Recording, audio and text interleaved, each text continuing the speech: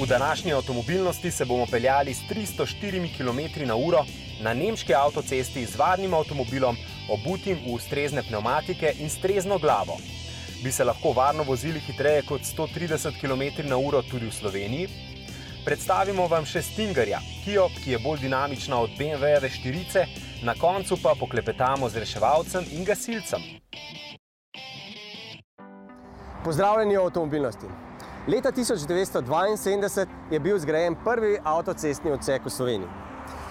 Bil je videti tako kot danes, imel je cestninsko postajo in hitrostno omejitev 130 km/h. Po njem se bomo zdaj zapeljali z hroščem iz tistega leta. V Volkswagenovih salonih je bil to takrat še zelo aktualen model. Do prvega Golfa je moralo miniti še 2 leti. Njegova potovalna hitrost je bila 120 km/h.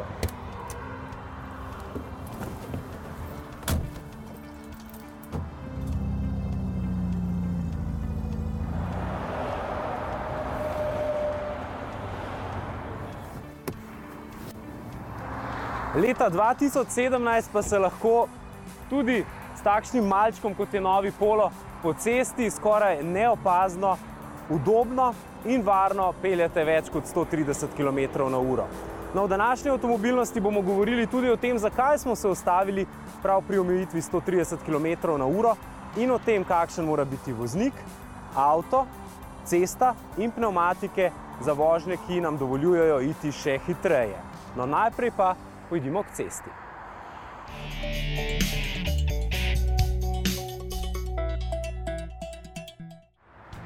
Prvi del slovenskega avtocestnega odseka je bil zgrajen že skoraj 45 let nazaj in prav zanimivo bo slišati, kakšne prigode in kaj so imeli v mislih takrat, ko so ga snovali.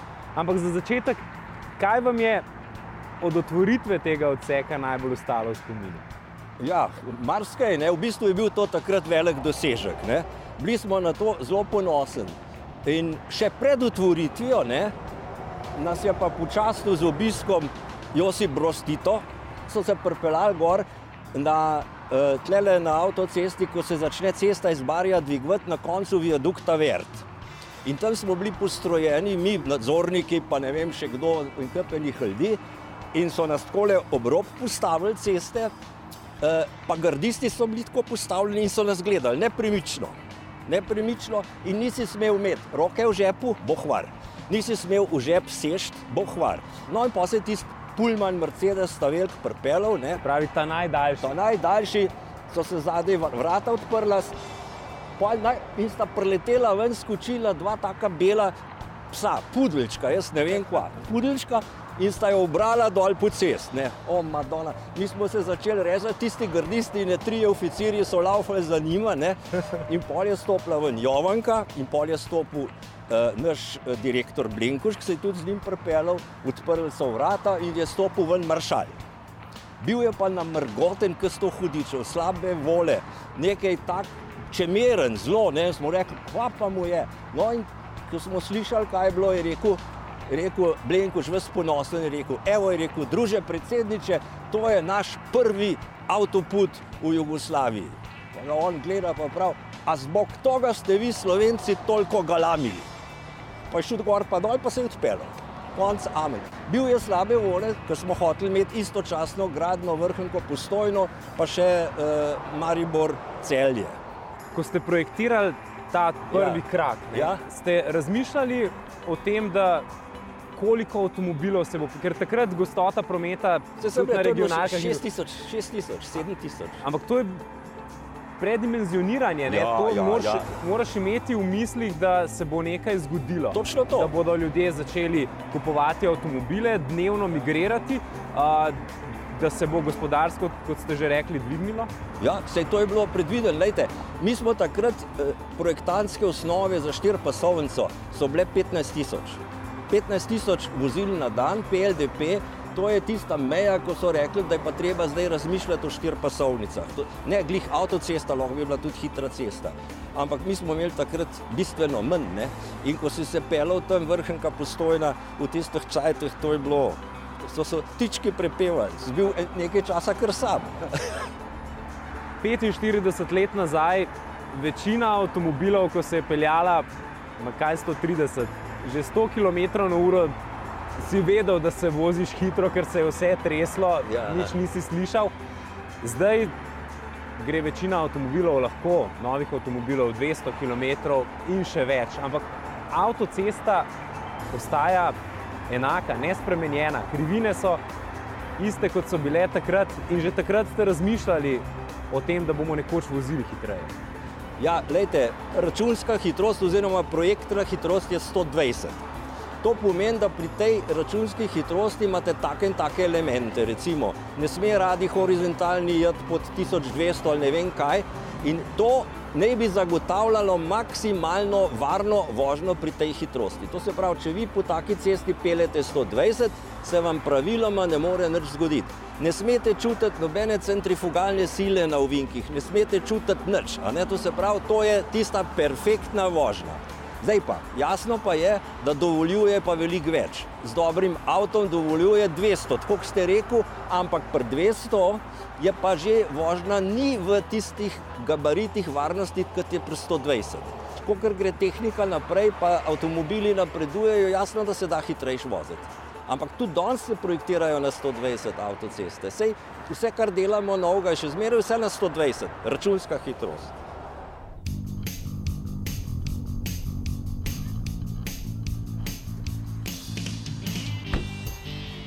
In ko govorimo o avtocestah in visokih potovalnih hitrostih, vsekakor ne moremo in ne smemo mimo nemškega avtobana, prve prave avtoceste. Kljub temu, da se je začela graditi še pred drugo svetovno vojno, se nam danes zdi, kot da bi bila narejena prejšnji teden. Vsaj kar se gostote prometa in pa potovalnih hitrosti tiče, tistih, ki jih lahko dosegamo z današnjimi avtomobili.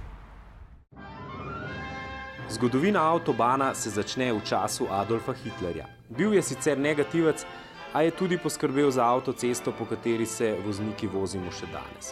Svojo ekipo si je zamislil cesto, ko zanjo še ni bilo nikakršne potrebe. Problem premajhnega števila avtov na njej je rešil enostavno. Zaposlil je Ferdinanda Porscheja, da je Nemčiji dal hrošča, jo z njim mobiliziral in s tem tudi gospodarsko okrepil.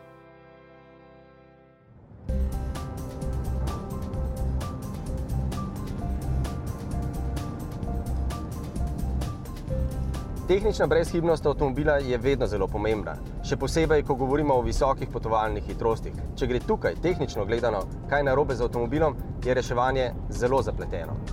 Zapuščamo najvišje hitrosti Arteona, 220-230 km/h, recimo temu običajne potovalne hitrosti po nemški avtocesti in gremo proti znamki 250 km/h.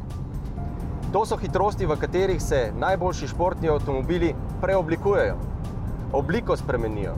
Zato, ker se pripravijo na to, da se bodo borili z silo vetra, s katero bojo rezali zrak in pri kateri bo avto moral za svojo obliko poskrbeti, da bo pri visokih hitrostih najbolj smerno stabilen.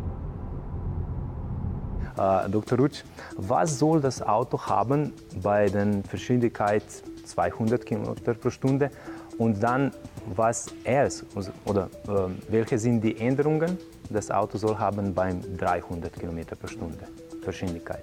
Also für uns bei Porsche ist es ganz wichtig, dass wir im Entwicklungsprozess das Fahrzeug von Anfang an auf die Höchstgeschwindigkeit auslegen. Die ist ja beim Panamera Turbo SE Hybrid 310 Stundenkilometer. Das heißt, das Gesamtfahrzeugkonzept ist auf diese Höchstgeschwindigkeit ausgelegt. Wir haben aber für ein sicheres Fahren bei dieser Höchstgeschwindigkeit einige technische Features, die natürlich besonders relevant sind. Das ist zum einen das Thema Aerodynamik. Das heißt, die Aerodynamik des Fahrzeugs ist optimal auf die Höchstgeschwindigkeit ausgelegt. Wir haben die Porsche Adaptive Aerodynamics in Form des adaptiven Heckspoilers. Und wenn man sich jetzt mal nur beispielhaft vor Augen führt, dass bei der Höchstgeschwindigkeit in der Performance-Stellung des Heckspoilers wir einen Delta-Anpressdruck auf der Hinterachse von ungefähr 200 Kilo erzeugen können. Das ist natürlich ganz wichtig, um eine Fahrstabilität auch bei Höchstgeschwindigkeit realisieren zu können. Dann ein weiteres Merkmal beim Panamera Turbo SE Hybrid sind natürlich die speziell entwickelten Reifen für die Höchstgeschwindigkeit. Wir haben also an der Hinterachse 325er Reifen, die speziell für diese hohe Geschwindigkeit entwickelt worden sind. Der Luftdruck, ein ganz wesentliches Merkmal der Reifen, die einzige Verbindung zwischen Fahrzeug und Straße. Da gibt es einen Hochgeschwindigkeitsluftdruck, der entsprechend den Reifen optimal auf diese hohe Geschwindigkeit vorbereitet. Und natürlich das Thema Fahrwerk. Adaptive Luftfederung, das heißt, wenn wir über das serienmäßige Sport Chrono Paket das Fahrzeug auf Sport Plus konfigurieren, senkt sich das Fahrwerk ab und wir sind auch fahrwerkseitig optimal auf die hohen Tempi vorbereitet. Und natürlich auch ein ganz wichtiger Aspekt sind das Thema Unterbodenverkleidung, was ja noch zur Aerodynamik gehört. Und wenn Sie schnell fahren, wollen Sie auch möglicherweise schnell bremsen. Das heißt, die serienmäßige PCCB, Porsche Composite Ceramic Brake, die also als Keramikbremse für Best-in-Class Bremsperformance sorgt. Was muss der Fahrer regelmäßig überprüfen, wenn er will 300 fahren oder 200 zum Beispiel? Also ich glaube, ganz wichtig ist das Thema Reifen. Pneumatika mora pri visokih hitrosti prevzeti res veliko silo. Predvsem centrifugalna sila je tista, ki najbolj vpliva na samo strukturo pneumatike in držo same pneumatike med vožnjo. Seveda pomemben je tudi del bočnice, to je prehod iz tekalne površine v ta del, ki ga praktično premikam z roko, pa vendar mora pri visokih hitrosti zelo stabilno držati vozilo v pravi smeri.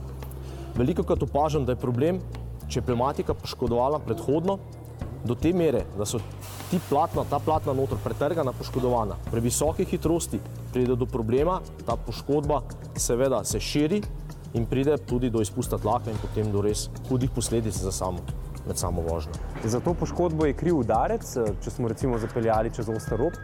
Ja, največkrat je posledica poškodbe pneumatika povoženje nekega tujka na cestišču, povožen kakšen robnik, tako da največkrat seveda poškodbe vidimo v tem delu pneumatike. Kakšna je razlika med pneumatiko, ki je narejena za hitrosti više od 200 km/h, govorimo o nemških avtocestah, in pa za tisto normalno? Glej, razlika je v sami konstrukciji pneumatike oziroma v tem delu zgradbe pneumatike. Guma, ki ima hitrostni indeks 300 ali več, ima ta del izjemno močno grajen. Se pravi, dodatni sloj, dodatna platna, dodatni kort, in ta bo potem res držala vse te silnice, vse te centrifuge. Kaj ti bom rekel, nizkopresečna pneumatika je izredno občutljiva na prenizek tlak. Pri visoki hitrosti tudi narašča tlak v pneumatiki. In če imamo primer, da je tlak v pneumatiki prenizek, midva pa voziva zelo visoko hitrostjo, naraste tlak tudi več kot 100 stopinj Celzija v pneumatiki. In takrat pride do problema, ko se začne sama pneumatika razslojevati, se pravi, in pride do usodnih poškodb pneumatike in potem seveda tudi izpusta tlaka. A lahko govorijo o številkah na dan? Primerov ponavadi imamo v povprečju med 2 in 3 primere takšnih poškodovanih pneumatik. Tako uničenih pneumatik. Ja, res je. Ampak vsej voznik recimo čuti, da je nekaj narobe s pneumatiko, ne? Nekateri čutijo, nekateri ne. Praviloma se te poškodbe dogajajo na zadnji osi, kjer težje ugotoviš, ali je pneumatika izpustila tlak. V primeru, da se to zgodi na prednji osi, začne vozilo spreminjati smer, vleče v eno smer, na zadnji osi je to težje ugotoviti. Gume pri visoki hitrosti ne pokajo. Praviloma so danes vse gume testirane in grajene za hitrosti 270 na uro ali več, sploh pri teh visoko zmogljivih vozilih.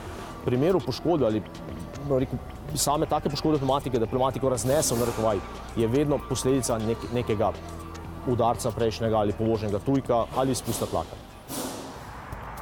Ko govorimo o varni vožnji pri visokih hitrostih, pa nikakor ne smemo mimo vida. Večino pomembnih informacij za varno vožnjo dobimo prav s pomočjo vida, več kot 90%. In tukaj postane zgodba zelo zanimiva, ker namreč dobro je poznati, kako tehnično vid pravzaprav deluje. Ko se peljemo v avtu in gledamo v smeri vožnje, gledamo stvari, ki so od nas odmaknjene, oddaljene približno 3 sekunde. Vid funkcionira tako, da izberemo 4 do 5 točk, ki jih pogledamo v eni sekundi in na nje reagiramo nezavedno in zavedno. pa to povežimo z visoko potovalno hitrostjo. Pri 100 km/h so 4 točke lahko razpršene na zelo širokem polju. Pri 200 km, 300 km pa so zgoščene v zelo oddaljeni točki. Od tiste točke do nas je, saj kar se tiče vida, vse velika neznanka. In to je past, ki jo moramo pri visoki hitrosti vedno upoštevati.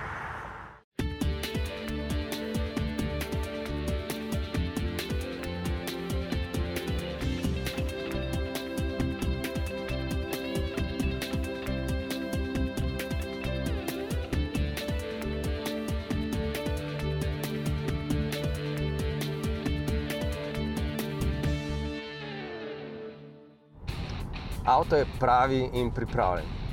Cesta je prava in prazna. Voznik je pravi in pripravljen. Gremo prek 300.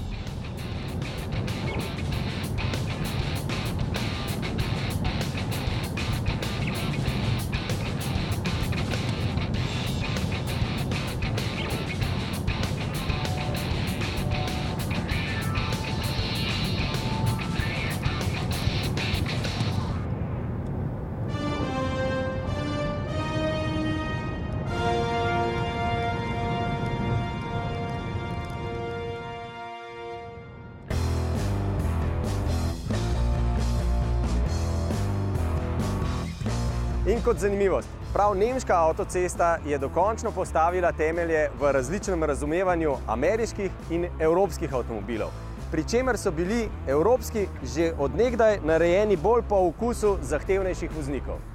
To teorijo pa lahko potrdimo z eno tako banalno stvarjo, kot je držalo za kavo za na pot. Ampak teorija z kavnim lončkom in nosilcem nikakor ni banalna. Še globoko v 70-ih letih nemški proizvajalci športnih avtomobilov niso mogli razumeti, zakaj vozniki na ameriškem trgu zahtevajo, da v avtomobile vgradijo tudi nosilce za vodo ali kavo. Gre za temeljno razliko v dojemanju, kako voziti po avtocesti. Američani so vozili 70 milj, vmes jedli in pili, nemški vozniki pa so bili visoko skoncentrirani in vozili več kot 70 milj.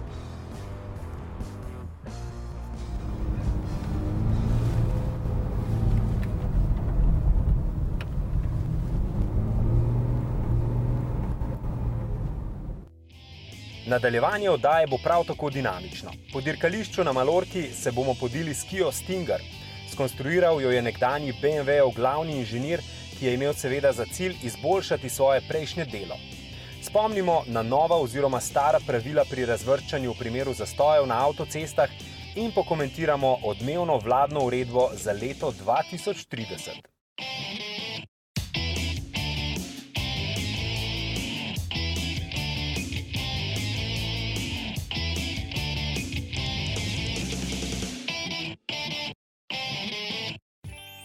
Kia needs the Stinger to support the position of the brand, no? To help us reinforce the position of Kia in the hands of consumers. A lot of those consumers that will buy this car probably they never thought about buying Kia ever in their lives. And this will be the first Kia that really attract them, that make them think about a brand that they never thought or had never experienced before with any other product. It's a head-turning car.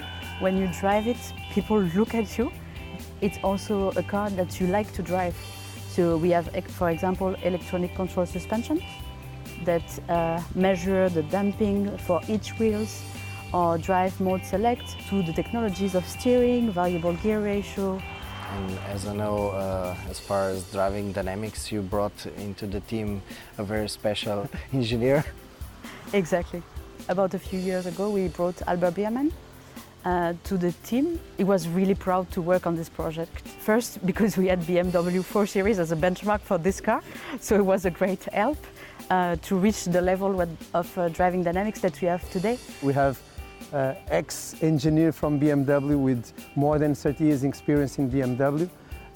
And of course, for him, the reference for this kind of products was BMW. So we use BMW as the reference for the car in terms of ride and handling and all tuning and so on.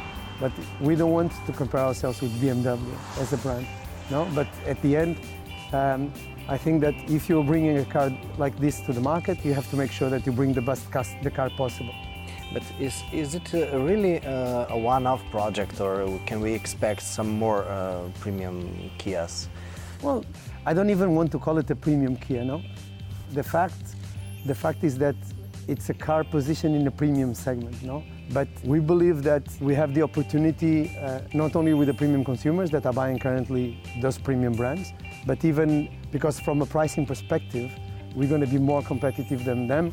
Our price point will also allow a lot of people that would like to have a car in this segment and with these characteristics, and nowadays they are not able to buy it because the only products that they find in the market, they are premium, they are very expensive.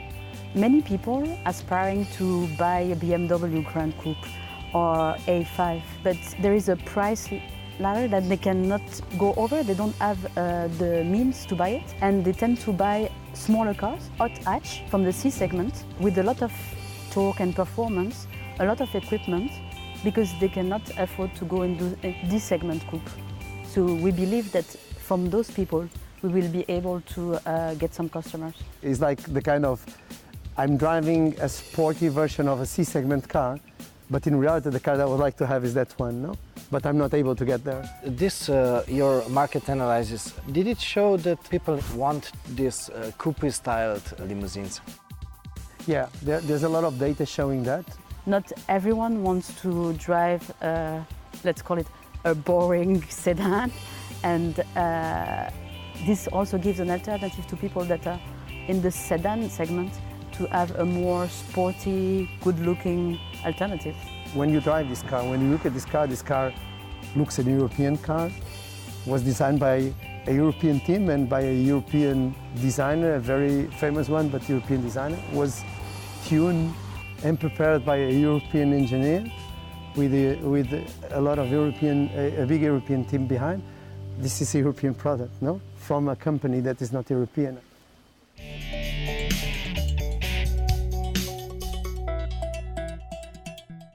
Danes smo na obisku pri reševalcu po poklicu in prostovoljnemu gasilcu Anžetu Albrehtu, ki je eden tistih, ki se je prvi začel zavzemati za uporabo reševalnega pasu po sistemu. Anže, kako je že pravilno? Pravilo roko.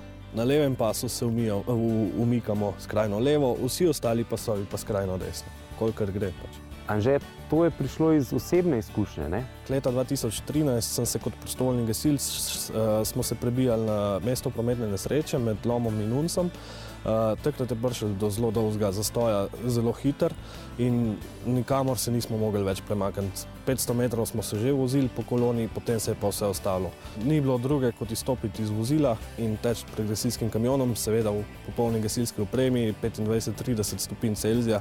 Tako da na koncu, na kraj nesreče, sva prišla dva gasilca v bistvu že čist izmozgana, utrujena in nisva na kraju naredila čist nič več, kar je najnega dela. Anže, a je reševalni pas optimalna rešitev? Ja, absolutno je optimalna rešitev, ker mislim, da če bi se vsaj 80% voznikov držali tega, da ne bi imeli več težav s prebijanjem na kraj nesreče.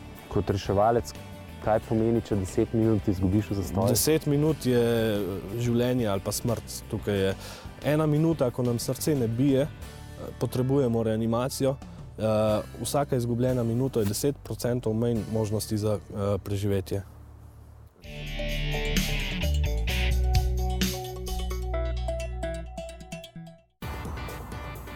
Med članki na zavihko avtomobilnost na MMC-ju seveda ne moremo mimo odločnega za električne avtomobile ter malo manj odločnega ne za bencinske in dizelske. Populistični dekret, ki se bo zgodil čez precej oddaljenih ducat let, bo verjetno precej lažje uresničljiv, kot se zdi na prvi pogled. Kajti pred mesecem dni so na salonu v Frankfurtu vsi veliki proizvajalci avtomobilov napovedali, da bodo tako ali tako delali samo še tej vladni odločbi ustrezne avtomobile. Pišemo tudi o Toyotini usmeritvi k robotom namesto k avtomobilom. Z roboti naj bi namreč v prihodnosti zagotavljali mobilnost za vsakogar, tudi za tiste, ki niso zmožni vožnje. Predsednik Akido Toyoda je namreč svojim zaposlenim zapihal na dušo, naj vključijo svoj čut za sočloveka in svojemu delu dajo globlji pomen. Polestar, hišni predelovalec Volvov, ki je recimo izdelal tudi najhitrejšo limuzino na Nürburgringu, bo odslej samostojna znamka. Prvi model se bo imenoval preprosto Polestar 1. šlo bo za superšportni električni kupe. Za konec oddaje pa le še k vprašanju, ki ste si ga verjetno mnogi izmed vas zastavili. Zakaj se posvečamo vožnji več kot 130 km/h, če pa ta pri nas zakonsko niti ni dovoljena, pa tudi če bi bila, bi jo bilo roko na srce zaradi gostote prometa težko dosegati. Še dejstvo, da bencinskim in dizelskim motorjem slabo kaže, so na robu izginotja oziroma izgona iz evropskih mest, kar pomeni, da na koncu bomo se morali zanašati le še na elektriko, ki bo sicer omogočala visoke hitrosti, ampak le za kratek čas dosega baterije. No, nam se je ta na videz provokativna tema zdela še kako pomembna, tudi iz vozniško-varnostnega vidika. Prvi zato, ker se zelo veliko slovenskih voznikov pogosto pelje po nemških avtocestah in to z avtomobili, ki omogočajo zelo visoke potovalne hitrosti. Že je res, da je tam gneča vsak dan večja in da je še redko moč doseči možnost, da se vozi zelo hitro, a vendar ta možnost obstaja in pogosto se vozijo tudi prek 200 km/h. Zato se nam zdi pomembno povedati, kako pri takih hitrostih voziti varno. Drugič, bencinski motorji še zdaleč niso rekli zadnje. O tem pogosto govorimo o avtomobilnosti in danes je že kup modelov in še več jih bo v prihodnosti, ki omogočajo varno vožnjo tudi prek 300 km/h. No, toliko o visokih hitrostih v današnji avtomobilnosti. Spremljajte nas tudi na našem portalu MMC Zavihak avtomobilnost, na YouTube kanalu z daljšimi pogovori in pa seveda na našem Instagram profilu.